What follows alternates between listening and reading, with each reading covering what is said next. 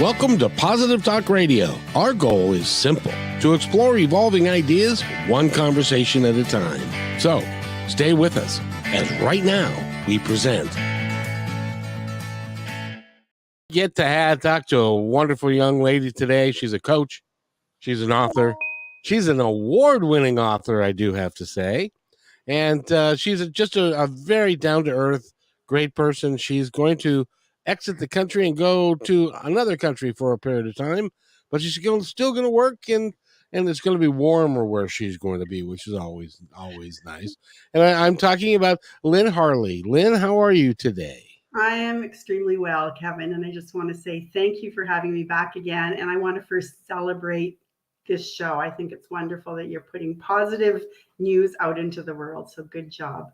Well, thank you so much. You know, we have been looking around, and there isn't a lot of people doing what I'm doing, unfortunately. I think it would be a lot better off if more people were doing it, but they're not. And because they like a little bit of, I don't know, a little bit of spice, a little bit of negativity and stuff like that. And I don't know why, but you know, it'd be great if more people did this, but I feel like it's coming around, Lynne. I really do. I feel like more people are doing, as an example, writing the book like you've written, the children's book that is really, really important. Yeah. And which is why it won a gold award.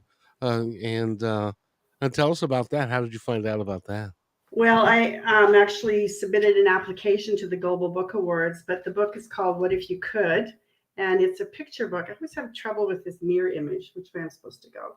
Anyway, it's a story about a caterpillar on his way to becoming a butterfly, which is what happens to caterpillars. And because we're part of nature, that becoming is within us too. So I was just sharing before we started the show that I'm doing presentations now to all kinds of age groups, and I'm going into a school and speaking from kindergarten to grade 9. And as he has this big vision for being more than just being on a branch, being a caterpillar, you know, he has a dream. Well, and this is what I do when I coach people, is get them to really assess their life. And in the areas where they want more, it's like, okay, if it's not what I currently have, what do I want? And, you know, and you start creating a vision. So he's been on this branch eating leaves for 3 weeks, and he wants more. So he visions that he wants to fly because he's tired of being on a branch. He doesn't want to eat leaves anymore. He wants to drink the nectar of the flowers. So sort of the polar opposite of what he's doing, which is the truth. And he gets very excited about these dreams. And this is what happens to, I think, all of us as we, you know, create these visions in our mind. But often what happens shortly after that is we hear from another voice that goes, well, who do you think you are? And this is what happens in the book. This little voice here is, you know, flying and drinking nectar. And really, right now, he's just a caterpillar on a branch. So it does seem like a pretty audacious dream that he could end up flying. And so, again, just a powerful metaphor for the potential that's in each one of us, because we are part of nature. And in the end, he really leans into seeing himself. So starting to act as if he's already flying when he's still in the caterpillar and then the cocoon phase. And eventually, of course, we know that the caterpillar, if the conditions are right, will break out of the chrysalis and become a butterfly. And at the end, the butterfly poses to the reader. So how do you start, you know, to listen to the dreams in your heart? And it's about really getting quiet, you know, listening within, and then really leaning into one of the most expansive questions we can ask ourselves is, what would I love? And so you said at the beginning of the show, and I just want to just speak to this for a moment, that there's not a lot of shows like yours out there. And I think, unfortunately, you know, this sort of common ways, the status quo way of being is we often connect at the level of problem. So think about walking into an elevator. If there's an opportunity for the conversation, it's often, oh, isn't the weather awful? Or, I mean, for 2 years, we talked about COVID. And so there's almost this, I don't want to call it normal because I don't think it is, but we just seem to default to connecting at the level of problem to have conversations. And what I'm doing with the coaching I do is really supporting people to, and I think this is the rigor in the work of transformation, is really becoming aware of their thinking, which ultimately is causing their results. And that's where we have to begin changing. The other thing that I want to point out, and what I really like about your book, is this little caterpillar is sitting on a leaf, and he's there for 3 weeks, and he's dreaming about something else that he'd like to be more, that he'd like to do, Mhm. but he has no earthly idea how any of that's going to happen because Yeah. he doesn't know the future. And he Mhm. doesn't know, well, I'm just going to sit here and then I'm going to spin myself a little cocoon and then I'm going to break out of that and be a butterfly. He has no idea that that's going to happen to him. No. Um, but And so this is a great teaching point because we really need to be able to make powerful decisions for ourselves when we make a decision to move forward without knowing the how. So that's a great metaphor, is that he doesn't know how it's going to happen. And it's really none of our business either. All we need is the vision up here, where we want to go. And a metaphor that I use with people is, if you're driving in the dark to another city, you will see as far as your headlights shine, and then you're going to be shown the next stretch. Sometimes you see that curve in the road sign, and you get around the curve and your lights shine, and eventually you get there. You don't see the whole way there if you're driving for an hour to the next community or city. yep, I use the metaphor, and I think it's interesting. I've talked to a lot of people, and many people like you and I have got their own metaphor that they've developed, independent of one another. Mine is a 50,000 foot view. Hmm. We are in the forest, and we can see the tree ahead of us and the tree behind us, but we can't see where we're going from a grand view because we can't pull back to the 50,000 foot view. That's for our guides and other people and the folks that are helping us. That's where they reside. And so as we're going forward, um, they are giving us hints, helping us through so that we're walking in the right direction. And occasionally when we start walking in the wrong direction, they nudge us back into walking in the, and so eventually the goal is to get to where we want to be. Hmm. And that's my version of exactly what you just said with the And I headlights. think what you also spoke to is the power of having that support system, whether it's be powerful mentors or coaches. I continue to be in a coaching program myself. And I think that when we grow up and we leave school, for whatever reason, we often think that, we just need to do life as a lone ranger. But when you think about growing up, there's always coaches and teachers for lessons. And I think as adults, as we're moving forward, and any like elite athlete and people who are really doing well in business know that coaches take them to the next level. And whether it's a coach or just even a strong mentorship, it's kind of like, I don't know if you have this in the States, but here we have the bumper lines on the edge of the highway. So if you should wander over inadvertently when you're driving, you kind of hit that bumper, and it wakes you up to get back on course, right? And Right. so we do need that, because the statistics are showing. Actually, it was Ellen Deutschman who wrote the book Change or Die, where there was a group of patients that had a heart condition, and they were told that if they didn't make changes, they would die. And the ones that were left to do it on their own, only 10%, even though they know that the consequence would be death if they didn't change their lifestyle, didn't change. But they put the second group into a support system where they were meeting on a weekly basis. They had encouragement, they had accountability, and 90% of that group succeeded. So just a lot of power to getting those supports in place, for people if they're wanting to move forward. I'll tell you, every coach that I talk to, and I've interviewed a bunch of them on the show that have books and they've got programs and stuff like that. All of them, to a, to a person, has a coach. Some have two, some have three, Yeah. because they recognize the value of you. And you're exactly right. You can't do it by yourself. Yeah. I know a guy. He's a financial planner. Excuse me. He makes six figures, like $250,000 a year. He's got a financial planning coach. And I asked him why, and he said, "Because I have blind spots. I can't see everything, and Mhm. another guy can help me to see what I'm missing." And it's the same thing that we all need um, to get to where we want to be. So having a coach when you're a coach really is more normal than you might think. Very normal. Yeah. And exactly. You just don't see the picture when you're in the frame. And so even for me, I have a coaching support group that I join every week. And today I had questions, like I'm going through my own content, and I need support to get through it too.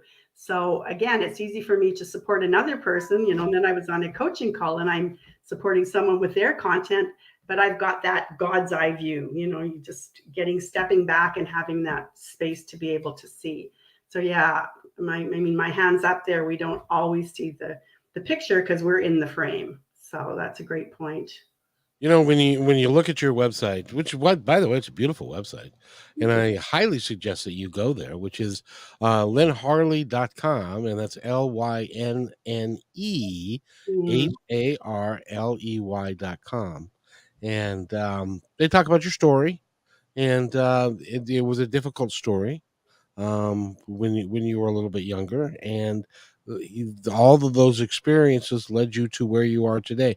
Describe your story a little bit for us. Okay, well, the first thing I want to say is that often pain is the touchstone for spiritual growth. There's a beautiful quote by Napoleon Hill, who studied the most highly successful people in the 20s and 30s. And it's, in every adversity, every heartache, every failure, there is a seed of an equal or greater opportunity. And so often it's when we're going through something challenging that we get that wake up moment. And for me, what really, I think, put me into this work was, and I'm happy to say I need a telescope to look back. I think it was 25 years ago now, I was diagnosed with breast cancer. And that's not that long ago. 25 years, that's nothing, I'm happy to say it's not just within the last year. That's what I'm saying. It's wonderful. Yeah, gotcha. Wonderful. Gotcha. So in the midst of going through that, my marriage fell apart, and sometimes that will happen when there's extra stress. I had a business partnership with my husband, and that fell apart. And so I found myself a single parent with 3 kids and a very uncertain future. I actually did have one more reoccurrence of cancer in that time, but I also had a real defining moment, and that's not on my website, but I was actually moving into my own home, and I was painting the ceiling in the bathroom when I slipped and I fell into the bathtub. And, when I laid there, I was in pain. I just had this moment where I thought, Lynne, you've been so worried about cancer taking you out. This fall could have taken you out. And I think that's when I really just decided I wanted to just like suck the marrow out of my life going forward. I didn't want to just be a cancer survivor. And I don't mean to, I guess for me, I don't care for that term because it seems like you're just getting by. I love being a cancer thriver, that I got some really valuable gifts as a result of that experience. And one was, how do I want to live the rest of my life, no matter how long it is, because none of us knows. None of us knows when the day will come that we just maybe don't come home at the end of that day, or we don't wake up that morning. So that really threw me into, and it's interesting, and I just want listeners to know that what we focus our awareness on is what we bring into. I mean, that's where our attention is, and I really believe that the universe reads our attention where we're placing it as our intention. And so I was saying at the beginning, if we want to change, it's an inside job. And when I made a decision that I wanted so much more for my life, my attention now was on, okay, I want to move forward and I want to thrive. And it was within a couple of weeks of that decision that I was invited out of the blue to a vision workshop. That was my very first experience with vision-based living. And it was an incredibly powerful experience for me, because up until then, I wasn't thinking I was going to live. I was more worried about being not living. So I started to create these visions of what I would love. I'd love to see my kids grow up. I'd love to be at their high school graduation. I'd love to be traveling, and I had this bucket list of places I wanted to go. I'd love to be doing work where I'm really impacting people and making a difference. And so that was the beginning of my real positive growth and change. And again, you know what? Even if we're in this work, it doesn't mean that we're not going to face difficult experiences in life, because we're human. And so I just want to share what the catalyst for my book is I lost my mother and my brother 5 years ago in a very short period of time. And I really did experience a lot of grief during that time. And I had to just be with it. We're not about doing a spiritual bypass, but I also think, that death is such a powerful teacher. And my brother had struggled his whole life with mental health. And, I really sat with my brother's life and death and tried to, I think, make meaning of it for myself. And what was born out of that was this book. I'm going to say it felt like a download. It's actually dedicated to my brother and to my kids. But I just kept thinking about my brother and mental health. And I know it's not just necessarily a quick and easy fix, but I think that when we understand, and this is what this book is about, that there's two voices we hear from. There's the voice of, I think, our intuition, that still small voice, that God voice within us that believes in us, that wants the best for us. And then there's the voice that comes from our conditioning, from our experience of the past, from what we think is possible. And it's the one that goes, well, who do you think you are? You can't do that. You don't have the education. You're not going to make any money doing that. Who's going to buy your product? Blah, blah, blah, blah, blah. And so when I did a bike tour this summer, I talked about the fact if we could just normalize that voice that's not very nice because it's a player, but also start to understand that we do have the power, we have a superpower to make a decision to change our thinking. So we can see that thinking and then we can decide, do I want to keep going down that rabbit hole? Or do I want to connect to a vision of what I would really like moving forward in my life and the energy of that? And then a thought that's related to that. So that's a pretty simple version. But again, for the listener, I think what I'm trying to share is that it's often those difficult times that provide us with a growth opportunity. How did you, I'm curious to know if it was a planned thing or it was something that just came up. How did you meet Mary Morrissey? You know what? Again, that was, I'm going to say, out of the blue. Of course it was. But I've been in this work, and this is just an interesting fact. I've been in this work for most of my, last 25 years since I came out of cancer. And I used a lot of Wayne Dyer's work in my empowerment programs over the years. And it's quite interesting because Mary and Wayne Dyer had the same mentor. They had a mentor. And he only had 3 clients, and they're people who were doing really good. I mean, we all knew Wayne Dyer. I'd never heard of Mary. And I'm not 100% sure why, but I think she was very involved. She's got an incredible background, but she also spent a lot of her life in ministry. And it's just been the last number of years where she has, sort of moved beyond that so she could, reach more people, and just has brought her brilliance to the programs that I coach, that I've invested in and trained in. And I mean, there is a proven system to this work. It's not happenstance. It's not, well, maybe you'll get lucky and you'll make some changes. We live in a universe, and there are laws and there are principles, just like there's electricity. The law of gravity works the same for you. It works the same for me. And when you understand and grow your awareness as to how transformation works, if you are all in, if you've got the transformational willingness, if you're ready to turn up the volume on your thinking, and start noticing. So just so many tools that I coach with, you can't help but have changes. I mean, I've worked with people now for the last few years in this work, and I've never had anyone quit on me, and I've never had anybody who hasn't come out of it with some pretty exponential results. And I'm not taking the credit. I'm just saying that I can share the tools and the principles, and if people are willing and they open, because really transformation is about increasing your awareness. You can't change what you can't see. That's so true. Yeah.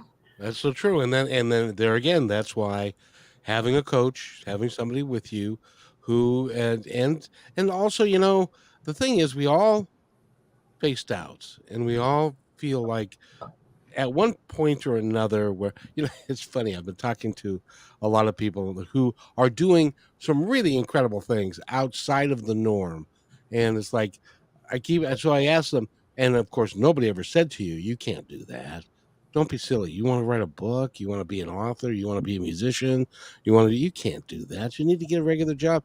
And I said, has anybody ever said that to you?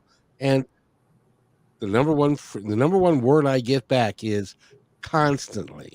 Mm-hmm. Because everybody for what, and I suppose people mean all mean good by it, by saying they don't want us to get hurt and they don't want us to be in a corner and starve to death. So they try and keep our expectations down to what we can feel like we can do. But that's not why we're here. No, no. And that's a good point. So sometimes that voice is inside of us, and it may be from well-meaning messages we got when we were growing up. And you're right. The people, even the people who say, well, first of all, I think they lack belief. Like, it takes me back to the Wright brothers. When the Wright brothers, I mean, these are two bicycle mechanics, and they have this vision. What if we could create this flying machine? Well, when they started, what did they hear? People say, you're crazy. If God wanted us to fly, he would have given us wings. And this is true. And what I love about this story is they were two brothers, and I read more about them. They actually ended up living together, almost like a couple, but they were just that close. That was their life, was each other and this dream they had. And every time they crashed, as they made their way to their first flight, one brother would say to the other, don't worry, brother, it's going to happen because I can see it. And so we have to hold that vision in our mind. I can see it. And there's just so much power to a vision. You know, if you can see it and you can believe it, then seriously, you can achieve it, or something even better yet. Sometimes we define how something has to turn out, and it doesn't. It can turn out. And I've had that experience when I thought, wow, that was way better than what I would have planned. Well, and it kind of works that way. Yeah. It kind of works that way. And when you never quit, you continue to evolve, continue to move forward, somehow, some way, well, you know this, and you've seen it happen over and over and over again. The universe will conspire to make your highest good happen for you. And you're right. Sometimes it's a much better dessert than we would have planned for ourselves. Yeah, for sure. I was just talking to, well, first of all, I think I shared this with you. I had this crazy vision this summer, and I rode almost 2,000 kilometers across Canada on my bike.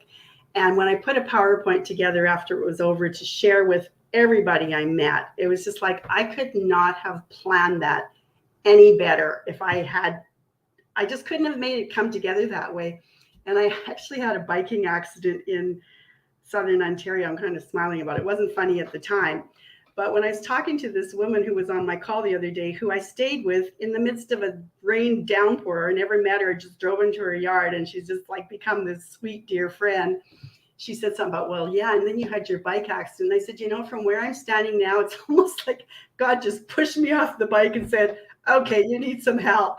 Because that's exactly what happened. After my accident, I reached out to someone I had met earlier on my trips, and this person came and supported me to finish the ride through the Great Lake Trail System, which I had no context for. So even that, I don't see it as a mishap. I almost see it as, if that hadn't have happened, that wouldn't have happened. And so it's like you said earlier, you know, this idea that we only need to see the next step. And this is the other thing that's a powerful teaching with transformation, is our work to do is just our next best step. We don't need to know the whole way, because once we take that step, the next step will be showing, and the next, and the next, as long as we stay connected to our vision. It just continues to grow. It's an amazing concept. Yeah. And you know, I talked to some people that it's like, well, you know, there's the Palladians, and then there's the Golden Council, and there's the this and the that. I don't think that we need to concern ourselves with any of that. Yeah. Yeah. I think it needs to be much simpler than that. Yeah, keep it simple. I mean, what I believe is that we just live in this universe that's held together with mathematical precision. And when we understand sort of the principles that guide the universe, and we line ourselves up with them, then the magic happens. It's like we do get into that flow, and things just start to come to us, or we're shown, if it's not this way, it's a different way. Exactly. I've told this story before, but and she was from Canada as well. You guys are a little more enlightened than we are down here, I'm afraid.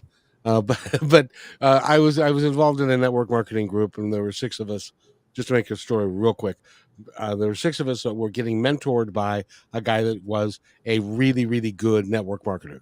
And so we would have him call every morning, and he would tell us what to do, and we would sit there and complain and lament and say, "That's really hard. This is going to be, I don't think I can do. That's really hard to do." And the next day we'd get back together. "I'm sorry, Kirk, but that was really hard. I just couldn't figure it out. I just couldn't do it." Well, one of the girls, one of the ladies actually in our group, she made a monumental decision. She said, "It's not hard. I'm going to make this easy." So she came to the next meeting. She said, "Guys, this is easy. I can do this all day long." Well, the fact of the matter is, five of us are out of the company. She's a multimillionaire Yeah. because she made that decision. She was going to make a change in the thought pattern of what was there, and so she was able to take that and make a success out of it.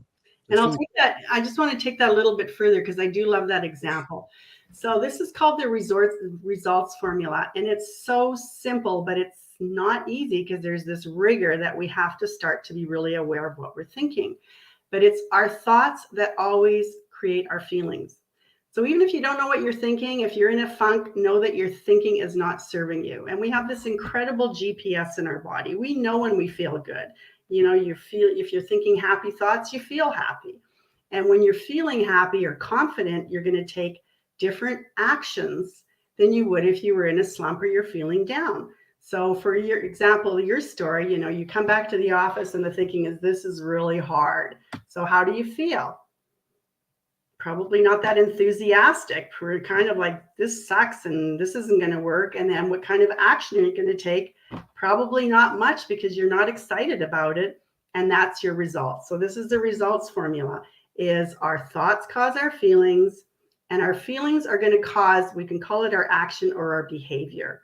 And the behavior is either going to serve us. So this girl comes back excited. Her thought is, this is not hard. This is easy. She goes out with a feeling of enthusiasm, of confidence, and she's taking actions like, this is going to work for me. You know what? I love what I'm doing. I'm going to serve people. This is going to work. And her results showed it. And years before that, I was a district sales manager for a major food company. And one of the jobs of a sales manager or a salesman is to a food salesman is to go cold calling. And that's where you walk up to a total stranger who's in a restaurant and you say, "I've got this product and I want to sell you this food," and stuff like that. Well, it takes a certain amount of energy and thought and positivity to be able to pull that off. And so I actually sat in a meeting with them and said, "Look, if you're not excited about making the cold call, if you don't believe that you're going to get the sale, go home. Mm-hmm. There's Mm-hmm. no reason for you to even go there." Because it's not going to be successful. If you're excited about it and know that you can help them and are working really hard to be of service, you will be successful at some level. Yeah, and even visioning yourself, just like the Wright brothers, they were seeing themselves flying before it happened. Yeah. So even going out in a cold call, you almost need to have that vision in your mind of how it's going to end up. That I feel good about this. I'm serving the person. It's not just about the dollar. I'm giving my best self. So again, you're setting yourself up with the energy. You're not going there like, oh, I hope this works. If it doesn't, no paycheck this month. So going in with a whole different thinking process. That's a Uh, great example. it's important and it's brilliant. Mm-hmm. And so what Mary Morrissey taught you in working with you and with Wayne Dyer and others is the mastery of life coaching. And you're helping people to learn and perform. There's that word again, right there in your bio is that word profound. Well, that's two words, but gratitude. Yeah, it's a very expansive feeling.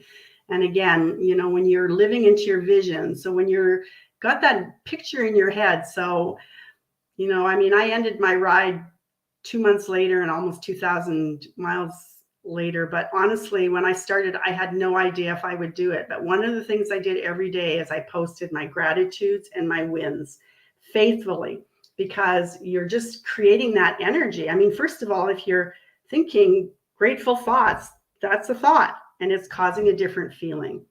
And so again, it's just a really powerful practice. And these things they're free, you know.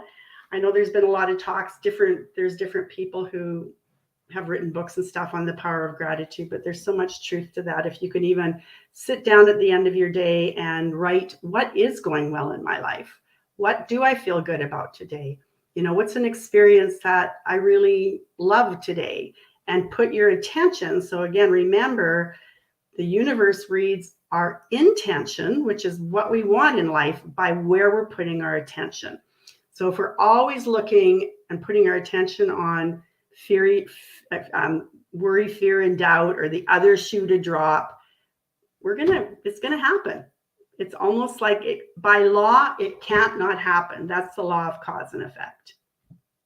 And you can create the negative just as well as you can create the positive.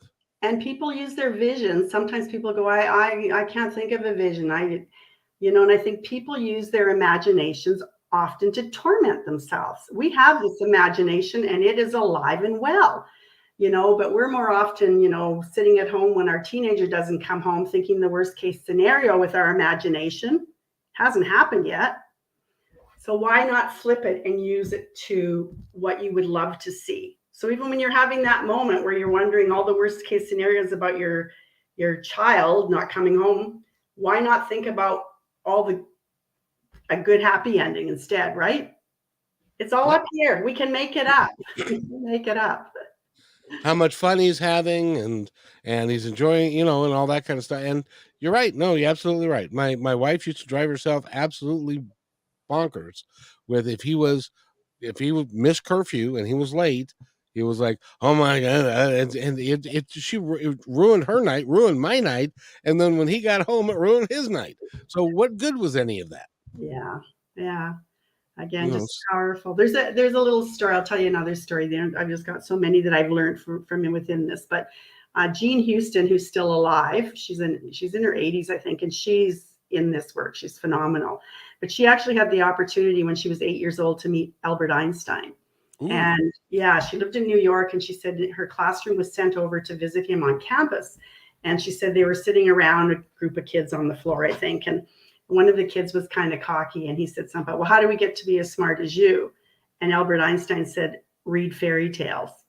And then another boy says, well, how do we get to be smarter than you? And he said, read more fairy tales. But at the end, Jean approached him and she said, you were talking about the imagination, right? And he said, yes. So what he was really telling those kids is the power of their imagination. Again, if you can think it, if you can dream it, if you can be in that vision, there's a way to make it happen. So, yeah. And that is, I think that's a fundamental thing that we ignore. Because quite frankly, you and I sitting here would not exist if I didn't have an imagination and believe that it could happen. There you go. Absolutely. And 20 years later, here we is, and we're still going. And as a matter of fact, I'm doing another podcast, another radio show after we're done here, and we're starting doing video on KKNW just like we do here. Mm-hmm. And so I'm going to be talking to a gentleman who took a bike trip like you did, only he did it in Vietnam. Oh, awesome! Wow. And he was remembering, he talks about 1975 when the fall of Saigon and stuff, and how their culture has evolved over time, and he takes people that it really is a pretty incredible story. So I'm just so lucky to be able to talk to people like you. I love your message. I love everything about you. I love the book that you wrote. I think everybody, and we call it a children's book, but I don't think that's exactly what. No, and well, it's written for a children's book. It's written as you have to fill in your keywords and things. It's written as a picture book for kids ages 4 to 8. I have a vision. I think this would be an amazing graduation present for any young person who's leaving high school or post-secondary education, or they even do graduations now if kids are leaving grade 8 and going into a high school. I was at a business building retreat in the mountains in December, and my coach actually ordered it to give to all of the participants there. Oh, Because wow. this is really what we coach. It's the children's version in an encapsulated form of the programs that I coach. And it's really about, it's so easy to collapse back to what's familiar, what feels easy when we don't have the tools and the support to override that voice inside of us. And it's like powerful conditioning. We've got, brain synapses that run these messages over and over again. And so, depending on how old a person is, they may have been running them for a long time, the negative self talk. And it's learning to reinstall a new pattern. And, there's tools to do that. So, but again, first step is awareness, just watching almost like, and we have this ability, this metacognition. If there's people listening, I could say right now, close your eyes for a moment and take your attention to your right foot. Take your attention to your left knee. Take your attention to your right elbow. And just notice your ability to move your awareness around your body. And so we have that ability, and in science, that's called metacognition. And in meditation practices, that's called the witness self or the observer self. And so we have that ability to start to observe what we're thinking. And even though we think something like 50 to 80,000 thoughts a day, now that we know that our feelings cause our emotions, we don't need to know every single thought we're thinking. We just need to tap into the feeling. Am I feeling expanded right now, or am I feeling contracted and shut down? And then we know that we have to repattern our thinking. So I got a question for you. hmm. When you are, like as an example, I'll do this interview, and at the end of it, when I review it in my own mind, it will make me happy. It will give me joy to have been part of this and to do this with you. Is that part of it? Because when we do things that are in line with our higher self, don't we innately feel happy and joyful and just feel like you've actually done what you're here to do? Absolutely. And that, I think, is the key. Is so many people are going through the motions, often doing something because they feel they have to. There's an expectation. They're not really happy, and even though it seems like it's comfortable and easy, I think it's a very hard place to go through your life like that. Oh yeah. Howard Thurman, who said, don't ask what the world needs. And I think if every parent could tell their child this as they're going through school, ask what makes you come alive and go do that. Because what the world needs is more people who've come alive. And so people, I've coached people who are in dead end jobs, and then there's, that we get results in 4 areas of our life. We get them in our health and well-being. We get results in our career. We have results in our love and our relationships, and how much time and money freedom we have.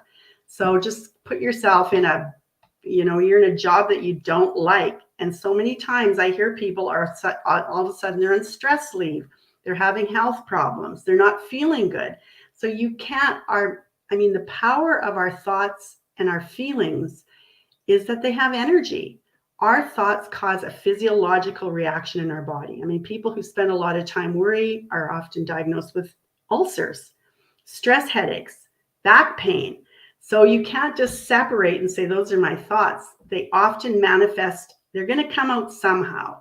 And so I feel like it's this whack-a-mole. The whack-a-mole game at the fair where you hit something.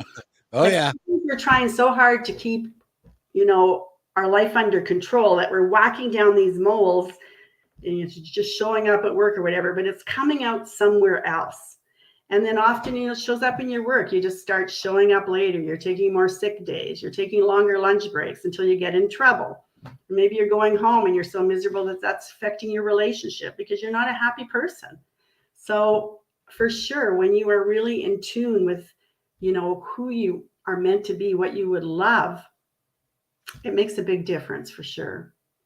Well, when I was young, a year or let's see, a couple of years ago, and I was in the restaurant business, and I was either a host or a waiter or a cook. I started as a graveyard dishwasher, and but I was happy. I loved being around the people. I loved being, and so I would leave work and be on my way home. Now, even as a dishwasher, you smell like garbage, but and stuff. But even so, you're contributing. If you feel good about it, it doesn't matter what it is. Mm, Just enjoy it. Enjoy the if it gives you that sense of purpose and that sense of I've done something good, do mhm. more. You're absolutely right. Yeah. And that's how you live. That's how you live the life that you were destined to live, because that became part of this years later.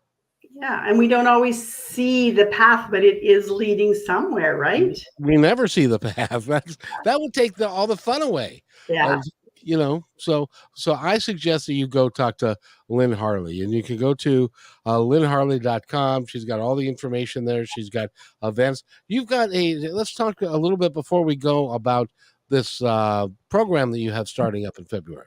Okay, I'm just launching a 16-week program, and I'm also moving into group coaching to leverage my time. There's a lot of coaches that's all they do. Up until now, I've been working one-on-one, but I just moving forward now with the book and speaking engagements. I'm creating a 16-week coaching program to start on the 1st of February, and there will be content throughout the 16 weeks, and there will also be opportunities for a call that is just dedicated to laser coaching, so helping people through whatever they're going through in the moment.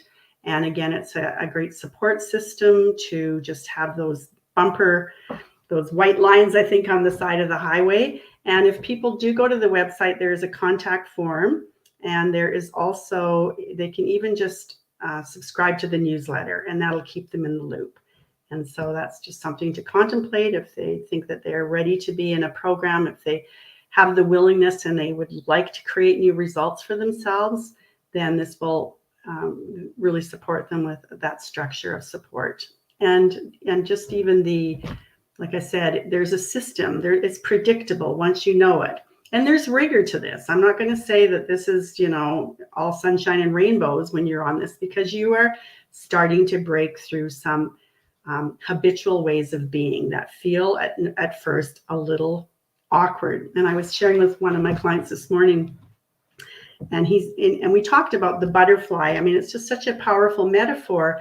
But the caterpillar, when it's in the chrysalis phase, will actually dissolve into goo. So there's no longer any sign that there was a caterpillar there, and there's not yet a butterfly. But what is in that goo is the central nervous system and the imaginal cells of the butterfly. And if we take that metaphor to our lives, that's like our vision, and that's like our ability to think. So the imaginal cells for us as humans is our vision of what we would love, and the central nervous system is our ability to think our way to it. But there's that period of time when you are in the goo. You're not a caterpillar anymore, and you're not a butterfly. And that's where it's wonderful to have a structure of support. And you're really still living, though, into that vision. It's the energy of your vision that's pulling you. Does that make sense? Oh yeah. It really does. And the other metaphor you could use for that is that you're a caterpillar, and then it's like for us, we're a caterpillar, and we've lived the life that we really don't want, and then we pass away, and then we come back as a butterfly. And because our soul is intact with the central nervous system and all of that, and then we create what we really want to create in life. It's fun. We could talk about this all day. I know. It's fun. So I want to thank you for being here. You've been on before. Will you come back? I enjoy having you on. I think I actually have something booked when I'm in Mexico, so that will be super fun. Oh, that will be. Make sure you wear sunscreen. And so I just want to share the reader too. The book is available on Amazon and amazon.com.ca. Whoops. And there's a couple pages up there. There's been some changes. So make sure you click on the page that has the gold medal, that won a gold medal, and order that book. And please, if you do order the book, leave a review. Like I said, I'm teaching to people of all ages about this book. It's a great children's story, but it's a powerful message for even if you got a friend going through a change right now. Maybe you're going through a change right now. So It's just a great story by a great author and a great coach.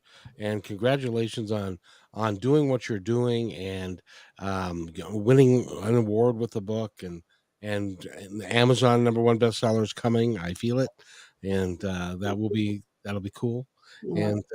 And thank you, and I'm glad that you're going to come back and we're going to do this again because we've got more to discuss. And but your philosophy works very well with I think everybody that if you just relax and realize that you can do it, it's okay. Absolutely. And keep doing what you're doing. It's a great forum and just putting yourself and people who are got this positive message into the world. So good job, Kevin. Well, I have to tell you, I joined a it's called Pod Match. So if you are a podcaster and you would like to get involved with something called Pod Match, it is the newest thing really in creating podcasts with a wide group of people. And I joined it, and 17 people have decided they want to be on the show in the last 2 days, and so my schedule is now filling up. I've got some high quality people that are going to be on the show. So it's as my associate said, a year and a half ago, we were lying on a rug and we could barely hold our head up because we Mm, were brand new. And a year and a half later, we're walking and without assistance and we're moving forward and stuff. So it's all about time. It's about learning. It's about growing. It's about continuing to do what you have the desire and the heart to do, and good things will happen. I love that. Yeah, I'm interested to hear more about that, Kevin. Sounds great. Yes, and so I want to thank you again, Lynn. Lynne Harley has been our guest. Go to I want to thank you. LynneHarley.com. Lynn with an E, Harley like the motorcycle. Exactly. Are you going to buy one when you're in Mexico? You never know. It's not on my vision. It's not on my bucket list right now. Yeah, just wear your helmet. That's all. So Yeah, will do. thank you so much for being here. Thank you. My pleasure. Thank you. And you have yourself a wonderful day. And coming up next on this YouTube channel in about 10 minutes, we are going to be talking with, and we're going to be talking with, not him. Oh, I killed it. Anyway, a bicycle rider who's got a book out, and he also talks about what the people in Southeast Asia think of us today, 25 years after we leave, or no, 50 years after we leave Vietnam, and the things that and he's also got a book out. So we'll be discussing that. Patrick Greenwood is his name, and we'll be going on that on KKNW in right about 11 or 10 minutes. So come back here on YouTube, and again, I want to thank Lynne Harley for being with us today. And look at that, Katrina says good things will happen, Kevin, and you're right. So I want to thank everybody for listening and for you for being here. I'm going to be doing from 3 to 5 almost every day. We'll be doing podcasts from now on. So just if you got nothing to do, even if you got something to do, this could be something to do. Come here 3 to 5 Pacific, and I want to thank you so much for being here. And if you'll wait right there, I will be right back. Hey, thanks for enjoying this episode all the way to the end. Please give us a like and subscribe to this channel. This has been a production of PositiveTalkRadio.net. Please visit our website, oddly named PositiveTalkRadio.net, for more details about us and our mission, which is to provide great positive programming designed to inspire us all. I'm Kevin McDonald, and I'm proud of these shows, and I truly hope that you'll like them and share them with friends and family. So on behalf of our entire team, remember, be kind to one another because each other's all we got.